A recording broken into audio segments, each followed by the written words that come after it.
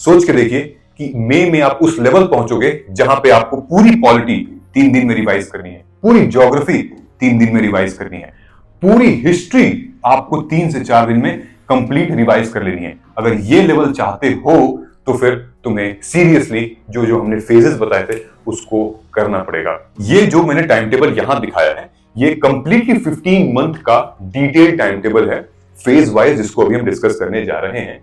फरवरी में क्या करोगे आप, जून से लेकर सब दिसंबर तक डिस्ट्रैक्ट हो गए तो ये चीजें शिफ्ट होती जाएंगी और आगे बढ़ जाएगा। 40% जनता ये होती है, एनर्जी बहुत है, फाड़ देंगे, फोड़ देंगे, मतलब क्रांति लिख देंगे, लेकिन करें कैसे नहीं समझ में आ रहा है, रोड मैप नहीं क्लियर है। श्रवस्तिवाद विनय यहां पर भी है और ये है हमारा श्रवस्तिवादिन यहां है, और दूसरा क्या है स्थर्वस्तिवादिन। ये 2 सेक्ट्स हैं बुद्धिज्म के, तीनों क्वेश्चंस यहां बने हुए हैं। क्या आप मिस करना चाहोगे ऐसी चीजें? ये फ्री के मार्क्स हैं, 6 मार्क्स। ये और ये फेज जब स्ट्रांग होगा तो ही आप इस फेज में आ पाएंगे। जय हिंद। और कैसे चल रही है आपकी प्रिपरेशन? पता है आपको, हमारे पास अब सिर्फ 480 डेज बचे हैं। For what? For UPSC pre 2026। कम लग रहा है ना?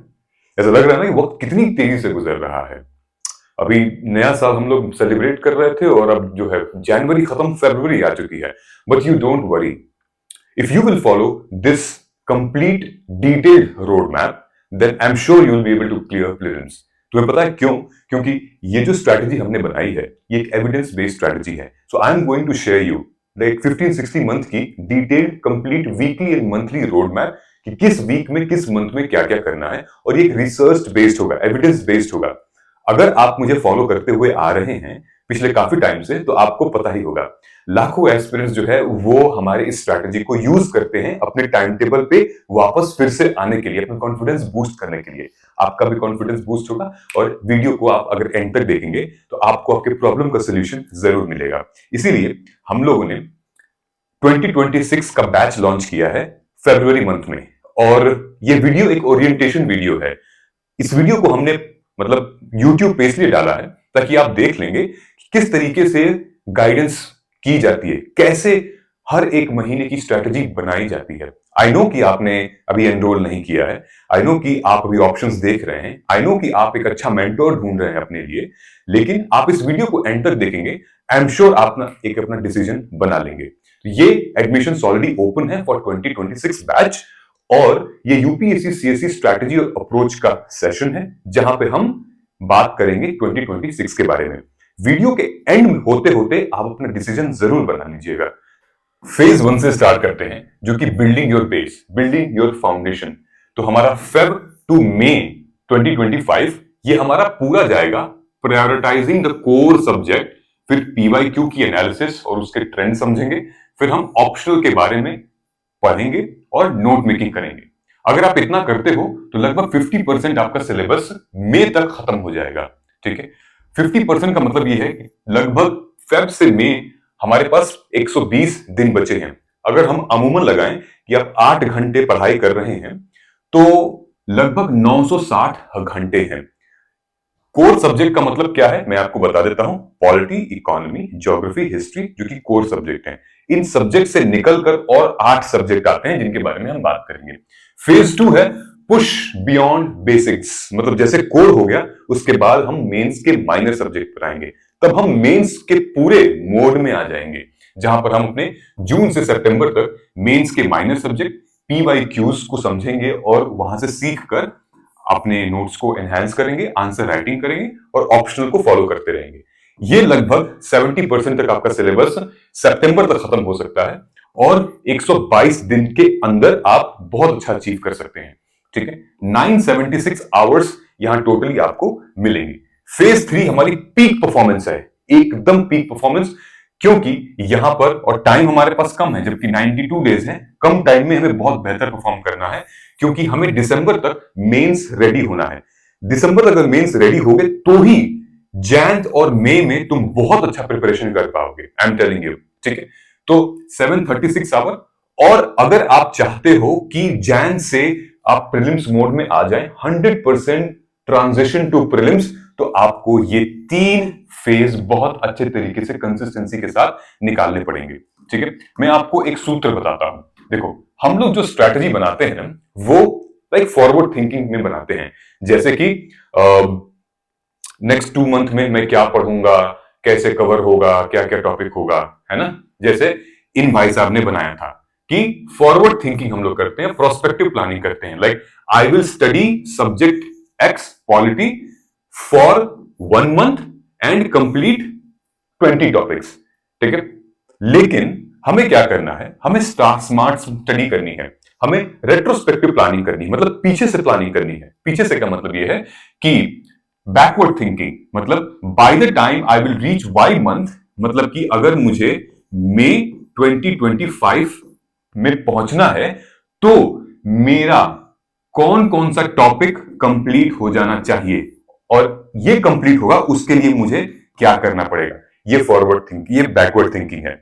मैं आपको एक सैंपल दिखा देता हूं। फॉर एग्जाम्पल, अगर आप जैन मई में पहुंचना चाहते हैं जहां पर आपको प्रीलिम्स मोड ऑन हो जाए, सारे नोट्स की कंपाइलेशन आप करने लगे, टेस्ट देने लगे, फुल लेंथ टेस्ट देने लगे और प्रीवियस ईयर क्वेश्चन पेपर का भी टेस्ट देने लगे। ये लेवल तब अचीव होगा जब आप अपने कोर सब्जेक्ट को कंप्लीट करोगे टाइम से, मेंस के माइनर सब्जेक्ट को टाइम से कंप्लीट करोगे और मेंस रेडी हो जाओगे, ताकि आपकी पीछे की वो चिंता पूरी खत्म हो जाएगी, मेंस ओरिएंटेड। तभी आप यहां पे बहुत अच्छे से कर पाओगे, ठीक है। आगे बढ़ते हैं। ये जो मैंने टाइम टेबल यहां दिखाया है, ये कंप्लीटली 15 मंथ का डिटेल टाइम टेबल है, फेज वाइज, जिसको अभी हम डिस्कस करने जा रहे हैं। जहां पे हम मंथ, वीकडेज में क्या पढ़ेंगे, अप्रोच क्या होगी वीकडेज में पढ़ने की, वीकेंड में क्या पढ़ेंगे और फिर वीकेंड की क्या अप्रोच होगी।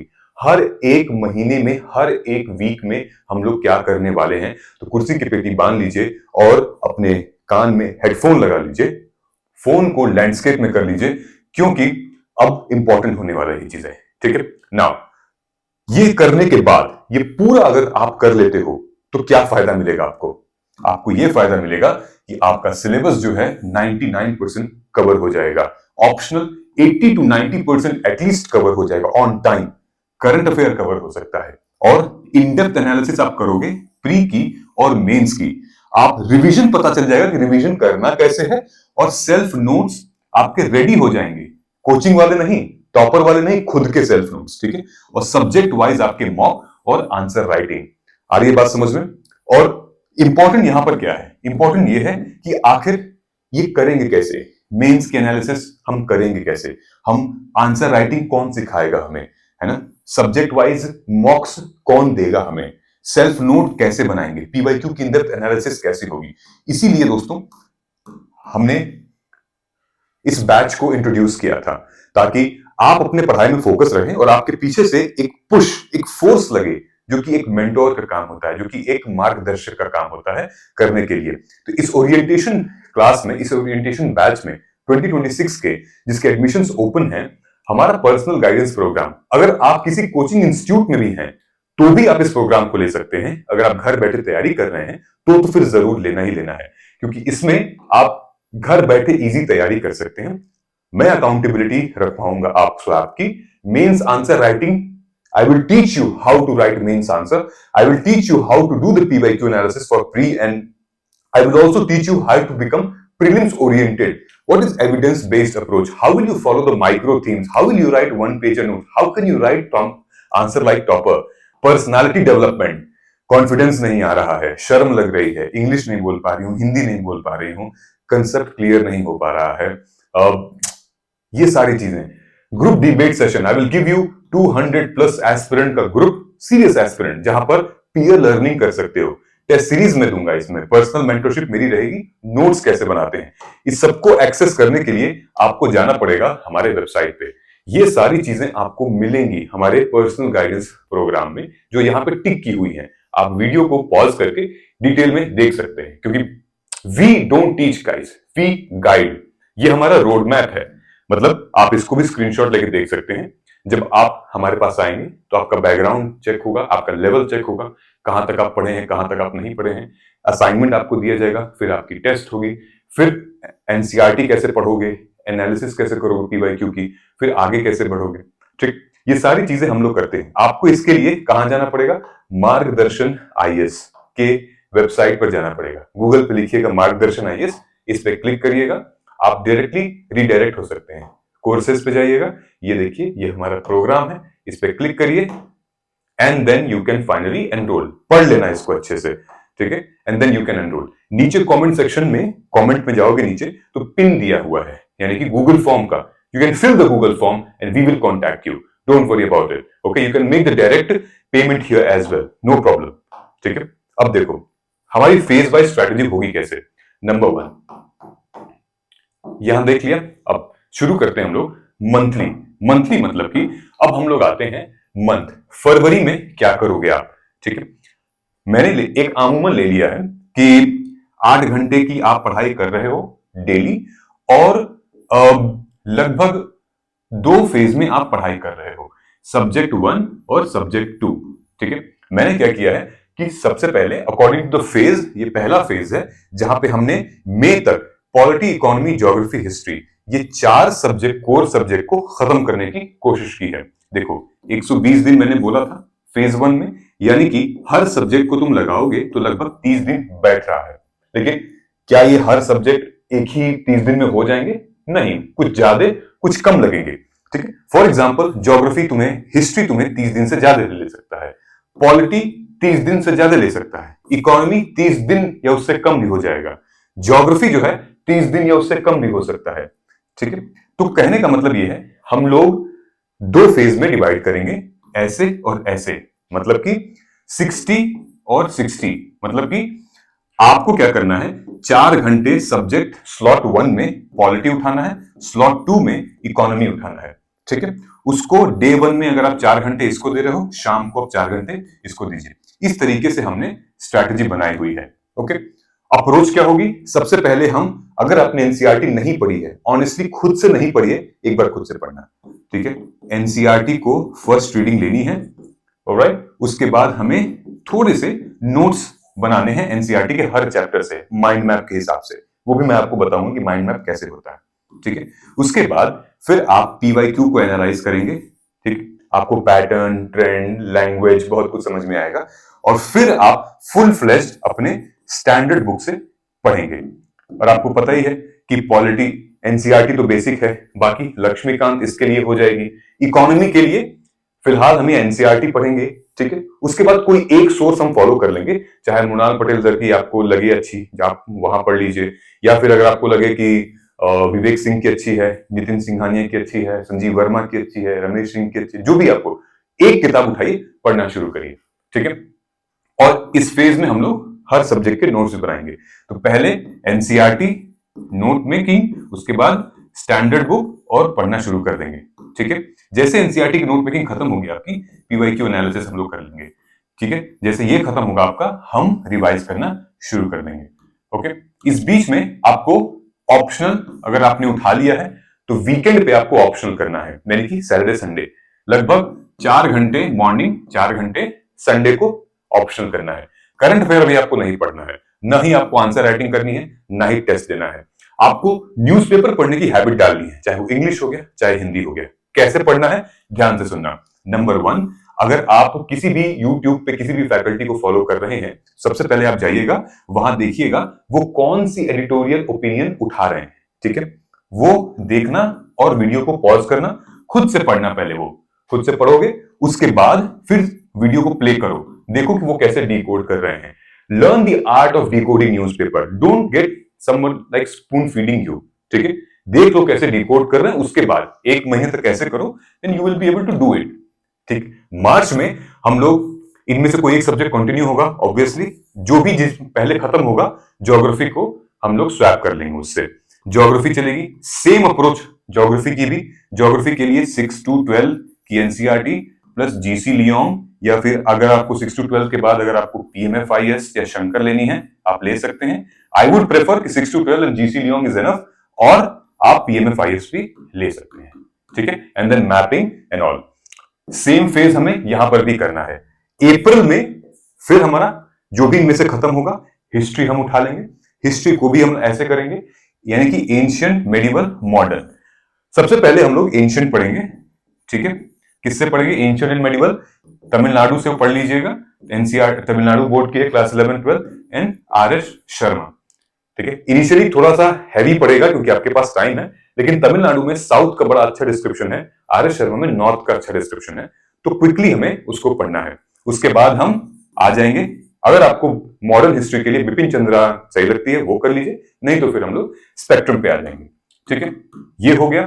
फिर यहां तक हमारा मई तक का मामला रेडी है। आई बात समझ में? अब हम लोग इसके आगे बढ़ते हैं। आगे बढ़ेंगे तो हम लोगों ने फाउंडेशन फेज को कंप्लीट कर लिया है। ठीक है, हम फरवरी 2025 में हैं और दिसंबर का हमारा टारगेट है। अब हम लोग आते हैं इंटेंसिव स्टडी फेज में, जहां जून से लेकर सितंबर तक का मामला दिया हुआ है। ठीक है, ध्यान रखिएगा, ये और ये फेज जब स्ट्रांग होगा तो ही आप इस फेज में आ पाएंगे, नीचे वाले फेज में आ पाएंगे। ये बहुत इंपॉर्टेंट है। ठीक है, तो करना क्या है, ये देखो, हमारा मोड यहां से मेंस का मोड ऑन होता है, यानी कि intensive study phase mode on. यहां तुम अगर डिस्ट्रैक्ट हो गए, यानी कि जून से लेकर सब दिसंबर तक डिस्ट्रैक्ट हो गए, तो ये चीजें शिफ्ट होती जाएंगी और आगे बढ़ जाएगा। Don't do that. ओके, जून में IR, science and tech and society, पूरे जून में हमें यही पढ़ना है। मैं तुमसे क्यों कह रहा हूं, क्योंकि देखो, अगर तुम ज्योग्राफी पढ़ लोगे तो तुम्हारा डीएम, डिजास्टर मैनेजमेंट, तुम्हारा इकोनॉमिक ज्योग्राफी और तुम्हारा एनवायरमेंट का बेस थोड़ा क्लियर हो जाएगा। ठीक है, अगर पॉलिटी पढ़ लोगे तो तुम्हारा इंटरनल सिक्योरिटी, आईआर, थोड़ा सा लगभग हिस्टोरिकल पर्सपेक्टिव थोड़ा सा क्लियर हो जाएगा। ठीक है, अगर आप हिस्ट्री कंप्लीट कर लेते हो तो आपका इंडियन सोसाइटी, कहीं ना कहीं आपकी इकोनॉमी जो अर्ली इंडिया में थी हमारी, वो क्लियर हो जाएगी, मतलब बेस क्लियर हो जाएगा। तो इसीलिए पहले कोर सब्जेक्ट को पढ़ा जाता है, क्योंकि जो माइनर सब्जेक्ट हैं जैसे IR, science and tech, society, फिर हम लोग गवर्नेंस पढ़ेंगे, सिक्योरिटी, डीएम, एग्रीकल्चर, इनके लिए रास्ता आसान हो जाता है। तो जून में कंप्लीटली हम इस पे फॉलो करेंगे एनसीईआरटी, उसके बाद PYQs and then YouTube videos का भी हम सहारा ले सकते हैं, ऐसा नहीं है। ठीक है, तो ये चीज हम लोग पढ़ेंगे। सेक्शनल टेस्ट, पीवाईक्यू, अब यहां से हम टेस्ट लगाना शुरू कर देंगे, सब्जेक्ट वाइज के टेस्ट। ठीक है, वो भी हम आपको, ये जो बैच है हमारा, उसमें मिलेगा, आपको टेस्ट भी मिलेंगे। ठीक है, अब आप करंट अफेयर पढ़ना शुरू कर सकते हैं और अब आप जो है वो आंसर राइटिंग यहां से शुरू होगी लगभग जुलाई से। ओके, और लगभग आपको न्यूज़पेपर भी पढ़ना है यहां पे। जुलाई और अगस्त में हम लोग अब रिपीट करेंगे, क्योंकि हम मेंस मोड में जा रहे हैं। ठीक है, मेंस मोड में second phase of our reading है, जहां हम उठाएंगे पॉलिटी और इकोनॉमी। यहां पर हम लोग मेंस के पीवाईक्यूज लक्ष्मीकांत को फिर से पढ़ेंगे और मेंस के पीवाईक्यूज से माइक्रो थीम से हम पे नोट्स बनाएंगे। ठीक है, वो कैसे बनेगा, ये एक टिपिकल टास्क है, ये एक एक्सपीरियंस मेंटोर ही जान पाएगा, तो हम बता देंगे, डोंट वरी। ठीक है, optional and then monthly magazine. ठीक है, अगर आपको मंथली मैगजीन फॉलो नहीं करनी है मत करिए, अगर आप चाहते हैं लास्ट में पीडी 365 पढ़ लूंगी, कोई दिक्कत नहीं है, या फिर मंथली मैगजीन आप पढ़ सकते हैं। ठीक है, ये देखो, सितंबर geography and then history, same pattern इसको हम फॉलो करेंगे पूरा, यानी कि नवंबर तक हम कंप्लीट हो जाएगा, यानी कि अक्टूबर, नवंबर, दिसंबर, यहां पर अगर हम आएंगे तो देखो, तुम्हारा जब पॉलिटी, ज्योग्राफी, जब तुम्हारा GS1 कंप्लीट होगा, GS2, GS3 होगा, तो ही एसए और एथिक्स पे आप जा पाओगे, पहले आप जा ही नहीं पाओगे।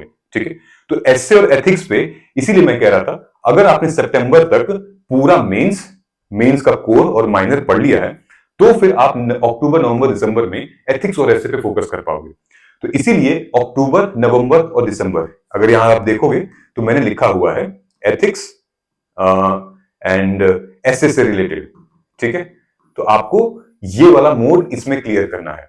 ऑलराइट, एंड सेम चीज जब हमारी मंथली मैगजीन है, ऑप्शन है, रिवीजन है, न्यूज़पेपर है, न्यूज़पेपर हमें नहीं छोड़ना है। ऑलराइट, देखिए रिवीजन कैसे करते हैं, हमने एक वीडियो इस पर ऑलरेडी बना रखी है, लगभग 1 लाख से भी ज्यादा इस पे व्यूज हैं, तो आप देख सकते हैं रिवीजन का स्ट्रेटेजी क्या होता है। नोट्स कैसे बनाने हैं, मैंने टॉपर्स की कॉपी की एनालिसिस की हुई है ऑलरेडी, और क्या मुझे मिला, क्या मैंने सीखा और आपको क्या सिखाया है, ये देखिए। ऑलरेडी 85,000 लोग इसको देख चुके हैं और काफी अच्छी टेक्निक्स बताई हुई है, आप बहुत कुछ सीख सकते हो। ठीक है, आप यहां चले जाना। देखो, 3 तरीके के एस्पिरेंट होते हैं। ठीक, एक captain America, wonder woman types में, जो कि ऑलरेडी प्रिपेयर्ड हैं, उनको पता है क्या करना है। ठीक है। ये लगभग 10% ऐसे बच्चे होते हैं, ठीक है, उनको पता है क्या करना है, तो वो लगे हुए हैं अपना, ठीक है, इनके पास अच्छे रिसोर्सेज हैं, मेंटोर हैं। एक होते हैं हल्क, ठीक, लगभग 40% जनता ये होती है, एनर्जी बहुत है, फाड़ देंगे, फोड़ देंगे, मतलब क्रांति लिख देंगे, लेकिन करें कैसे नहीं समझ में आ रहा है, रोड मैप नहीं क्लियर है, ठीक है, एनर्जी बहुत है, गुस्सा भी बहुत है, पैशन भी बहुत है, करें कैसे नहीं समझ में आ रहा है, ठीक है। इसके लिए आपको मेंटोर चाहिए, ठीक है। जैसे हनुमान जी को भी शक्तियां याद दिलाने वाला कोई था, जब प्रभु श्री राम से मिले तो ही उनकी शक्तियां वापस आई थी, ठीक है। तो इसीलिए मेंटोर का होना बहुत जरूरी है। बाकी 50% जो ऐसे एस्पिरेंट होते हैं, बिगनर होते हैं, ठीक है, मे भी शायद आप हो सकते हैं एक बिगनर लेवल के। स्पाइडरमैन, मतलब कि सीखने की चाह है ना, बिल्कुल नए आए हैं, करना है, क्रैक करना है, लेकिन कोई डायरेक्शन नहीं है, इधर भी पढ़ रहे हैं, उधर भी पढ़ रहे हैं, वो भी देख रहे हैं, ये भी देख रहे हैं, टू मच डिस्ट्रैक्शन। इसको खत्म करने के लिए अगर आपको लिटरली में प्रूव करना है तो आपको एक मेंटोर की जरूरत पड़ती है, तो इसीलिए इंपॉर्टेंट है। यहां पर यूपीएससी इज नॉट, मतलब एग्जाम एक फेयर रेस नहीं है, ठीक है। यूपीएससी का एग्जाम फेयर है, लेकिन इसकी रेस फेयर नहीं है। मैं क्यों कह रहा हूं, देखो, मान लेते हैं आपकी एज जो है 21 साल है, इस एग्जाम को 36, 37, 38 साल तक लोग देते हैं, एज 38, समझ रहे हो, जिनके दो दो बच्चे होते हैं, जिनकी शादी भी हो जाती है, एज डिफरेंस देख रहे हो, तो बहुत कुछ सीख लेते हैं उससे। क्या ये फेयर है? नहीं। सिलेक्टेड वंस रीअपियर होते हैं, मतलब जो उन्होंने मेंस क्रैक कर लिया है और इंटरव्यू में गए, इंटरव्यू में नहीं हो पाया, वो फिर से प्रीलिम्स देते हैं, जिनका मेंस में नहीं हो पाया वो फिर से देते हैं, तो वो तो ऑलरेडी प्रिपेयर्ड है ना प्रीलिम्स के लिए जब आप बैठोगे तो, ठीक है। मेंस इंटरव्यू डिस्क्वालिफाइड कैंडिडेट बैठते हैं इसमें। फैमिली बैकग्राउंड किसी का बहुत अच्छा है भाई, पिछले 50 सालों में हजारों लाखों लोगों के बच्चे आईएएस पीसीएस बने हैं, तो उनके बच्चे, फैमिली बैकग्राउंड तो अच्छा होगा ही होगा। दूसरा, क्वालिफिकेशन, क्वालिफिकेशन बहुत मैटर करती है कि आप एक टेक्निकल डिग्री लिए हैं, आपकी एक्सपोजर कितना है, कितने लोगों से आपने बात की हुई है, ये सब मैटर करता है, ठीक है। इसीलिए इनमें से अगर हमारा कोई स्ट्रांग नहीं है तो हमें मेंटोर की जरूरत पड़ती है, हमें कोचिंग की, हमें गाइडेंस की जरूरत पड़ती ही पड़ती है, और इसमें लगभग 80% of the entire population UPSC aspirant होते हैं, ठीक है। अब हम लोग आते हैं उस फेज में जब हमारा प्रीलिम्स मोड ऑन होगा, ठीक है। यहां से हमारा प्रीलिम्स मोड ऑन होता है जनवरी 2026 से। मैंने बताया था ना, अगर आपने टाइमली फेज 1, 2, 3 को अचीव कर लिया है, then you will be at the very right place. पता है, अगर आपने अचीव कर लिया तो आप इनके बराबर आ सकते हो, आप कॉम्पीट अच्छी खासी मार्क दे सकते हो इनको, जो इंटरव्यू अपीयर्ड हैं, मेंस अपीयर्ड हैं, इनको दे सकते हो आप। अब हम प्रीलिम्स में क्या करेंगे, प्रीलिम्स में हमारा काम होता है नोट्स को कंसोलिडेट करना, ठीक है, नोट्स को कंसोलिडेट करना, और फिर हमें टेस्ट देना। टेस्ट मतलब हमें सेक्शनल टेस्ट वगैरह, तो हमारा जो गाइडेंस प्रोग्राम है उसमें प्री और मेंस दोनों के ही test, sectional wise, full length test, CSAT, सब कुछ इंक्लूड है। जनवरी में हम फिर से शुरू करेंगे पॉलिटी। तो पॉलिटी का जो भी तुमने नोट्स बनाया होगा, कहां से, सेल्फ नोट्स, पीवाईक्यू से नोट्स, और टेस्ट के थ्रू जो नोट्स बनाया होगा, इन सबको तुम अब कंपाइल करोगे। कंपाइल कैसे हो करोगे, मान लो फंडामेंटल राइट है, मान लो कि गवर्नर एक टॉपिक है, तो जितने भी तुमने लिखे होंगे सेल्फ नोट गवर्नर पे, पीवाईक्यू पे, टेस्ट के थ्रू समझे होंगे, उनको कंपाइल करोगे, ठीक है। इस तरीके से हम कंपाइलेशन करेंगे, ठीक है। फरवरी में ज्योग्राफी हिस्ट्री, मार्च में environment science and tech economy, इसी टाइम पर पीजी 65 आती है, पूरी आप पढ़ सकते हो यहां से, ठीक है। मंथली मैगजीन, मंथली मैगजीन, अब यहां तक हम मंथली मैगजीन पढ़ेंगे मार्च तक, उसके बाद बंद कर देंगे। अब यहां पे आंसर राइटिंग हम लोग बंद कर देंगे फरवरी में, यहां से हम लोग एकदम कंप्लीटली ट्रांजिशन ले लेंगे और फिर हम मई में पहुंचेंगे, ठीक है। ये एक ऐसा महीना है जहां पर सोच के देखिए कि मई में आप उस लेवल पहुंचोगे जहां पे आपको पूरी पॉलिटी 3 दिन में रिवाइज करनी है, पूरी ज्योग्राफी 3 दिन में रिवाइज करनी है, पूरी हिस्ट्री आपको 3 से 4 दिन में कंप्लीट रिवाइज कर लेनी है। अगर ये लेवल चाहते हो तो फिर तुम्हें सीरियसली जो जो हमने फेजेस बताए थे उसको करना पड़ेगा, ठीक है। चलो ये देखो, एविडेंस बेस्ड अप्रोच, मतलब कि जो प्रूवन हैक्स है, प्रूवन मेथोडोलॉजी है, उसके थ्रू कैसे करेंगे हम लोग, ध्यान से देखना। मॉक टेस्ट, मॉक टेस्ट से आपको पता चलेगा आपकी वीकनेस, आपकी अपॉर्चुनिटी, स्ट्रेंथ एरिया, हम उस पर काम करेंगे और आगे बढ़ेंगे।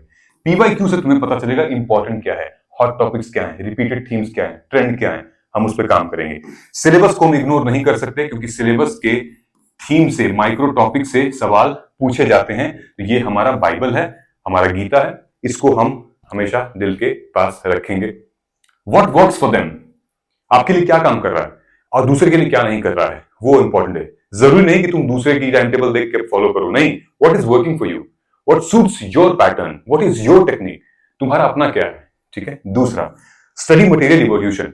कुछ कुछ ऐसी चीजें हैं जो कि अब जरूरी नहीं कि अब एनसीईआरटी से ही मिले, कुछ बाहर से भी आ रही हैं, किताबी क्वेश्चंस, वहां से क्वेश्चंस नहीं आ रहे हैं, काफी कौन से सोर्सेज हैं, कहां से देखना पड़ेगा, हम वो देखेंगे, ठीक है। फॉर एग्जाम्पल, हम ये स्ट्रेटजी फॉलो कर सकते हैं, ये हमारी एविडेंस बेस्ड अप्रोच है। पिछले 10 सालों में ज्योग्राफी, पॉलिटी, हिस्ट्री, इकोनॉमी, इसको हम थॉरोली रीड करेंगे, मैं आपको बताऊंगा एनालिसिस करना, फिर हम लोग आगे बढ़ेंगे इसके, ठीक है, कि हर साल कितने क्वेश्चन आए हैं, यहां से हम प्रायोरिटी सेट कर सकते हैं। मेंस में देखो 250 मार्क्स के पेपर होते हैं, लेकिन हर सब्जेक्ट में कौन कौन से पेपर सबसे ज्यादा मार्क्स के होते हैं। ज्योग्राफी 100 नंबर का आता है GS1 में, गवर्नेंस 75, लेकिन पॉलिटी 125 नंबर का आता है। तो हमें कहां प्रायोरिटी रखनी है ताकि हम अपना टाइम ज्यादा डेडिकेट कर सकें, ठीक है। जैसे PYQ के टॉपिक्स हैं, ये आए हुए हैं, ये पिछले 10 साल में हमने निकाले हैं। फॉर एग्जांपल 2023 और 2022 में इकोनॉमी से ऐसे क्वेश्चंस आए थे, land reform, poverty, Indian economy, agriculture and food management, infrastructure, sustainable development, ये आ चुके हैं। तुम क्यों मिस करना चाहोगे, आंसर लिखोगे आप इस पे। प्रीलिम्स में इन्फ्लेशन के ऊपर, planning in India, national income, taxation, physical policy, agriculture market produce, WTO, IMF, इन सब पे क्वेश्चंस ऑलरेडी आ चुके हैं। Why would you miss it? If you will miss it, then it's very difficult for you to crack. For example, इस question को देखो, polity का, constitutional governance means, ये same question 14 में, 20 में, 21 में रिपीट हुआ था। अगर तुम इजी क्वेश्चंस को छोड़ोगे तो तुम अपने कॉम्पिटिटर को मौका दे रहे हो आगे बढ़ने का, ठीक है। Don't leave an easy question. ये क्वेश्चन देखो 2016 में पूछा था, रूलर ऑफ विजयनगरा, ठीक है, कृष्ण देवा, रूलर ऑफ विजयनगरा। 2024 में, इस साल के प्रीलिम्स में, 2024 के प्रीलिम्स में यहीं से क्वेश्चन आ गया था, कृष्ण देवराय से। ये इसका सही आंसर है, who gave Portuguese permission to build this fort at Bhatkal. देख रहे हो कनेक्शन, ऐसे कनेक्शन इंटरलिंकिंग हम लोग करेंगे अपने सेक्शन में। ये देखो, ये बुद्धिज्म एंड जैनिज्म का है, ठीक है। एक टॉपिक, सिर्फ एक टॉपिक से 3 सवाल आए हुए हैं, 2017, 2020 और 2024। वो टॉपिक कौन सा था, बुद्धिज्म के सेक्ट्स, ठीक है। जैसे ये है श्रवस्तिवाद विनया, ठीक है, श्रवस्तिवाद विनया यहां पर भी है, और ये है हमारा श्रवस्तिवादिन यहां है, और दूसरा क्या है, स्थर्वस्तिवादिन। ये 2 सेक्ट्स हैं बुद्धिज्म के, तीनों क्वेश्चंस यहां बने हुए हैं। क्या आप मिस करना चाहोगे ऐसी चीजें? ये फ्री के मार्क्स हैं, 6 मार्क्स, क्या तुम नहीं लेना चाहोगे, बताओ, है ना। ये देखो, ये मेंस के क्वेश्चन, GS 1, 2, 3, ठीक है। सोसाइटी से क्वेश्चन आया था, सेम 2023 में, 2021 में टॉपिक क्या था, अर्बनाइजेशन। अब ये अर्बनाइजेशन जो है वो GS 1 में भी, GS 2 में भी और GS 3 में भी इसके क्वेश्चंस आए हुए हैं। सोसाइटी में इसका आ गया था, does urbanise leads to more segregation और मार्जिनाइजेशन।